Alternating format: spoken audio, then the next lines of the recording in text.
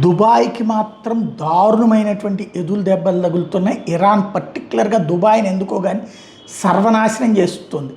Dubai ఎయిర్పోర్ట్లో all flights suspend అయినాయి Iranian drone strike వలన. ఫ్యూయల్ ట్యాంకుల్ని కూడా ధ్వంసం చేయడం మూలంగా దుబాయ్ ఎయిర్పోర్ట్లో ఉన్న ఫ్యూయల్ డిపాజిట్ని తగలబెట్టేసింది ఇరాన్ డ్రోన్ల ద్వారా. అలాగే బ్రిటిష్ ఎయిర్వేస్ ఆల్ దుబాయ్ ఫ్లైట్స్ని క్యాన్సిల్ చేసింది మార్చి ఎండింగ్ వరకు. లుఫ్తాన్సా గ్రూప్, స్విస్, ఆస్ట్రేలియా కూడా కలిపి సస్పెండ్ చేసినాయి. ఎయిర్ ఫ్రాన్సు అక్కడికి మేము విమానాలు పంపించలేమని చెప్పింది.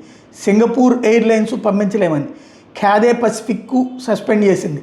ఫినెయిర్ సస్పెండ్ చేసింది. వర్జిన్ అట్లాంటిక్ సస్పెండ్ చేసింది. ఎమిరేట్స్ టెంపరీ సస్పెండ్ చేసింది ఆపరేషన్స్ని. అదే సందర్భంలో రియల్ ఎస్టేట్ దారుణంగా పడిపోయింది. డిఎఫ్ఎం రియల్ ఎస్టేటు 30% 14 రోజుల్లో డౌన్ అయింది. దుబాయ్ రియల్ ఎస్టేటు $250 బిలియన్ తుడిచిపెట్టుకుపోయింది. Emaar properties share prices down అయినాయి 18%.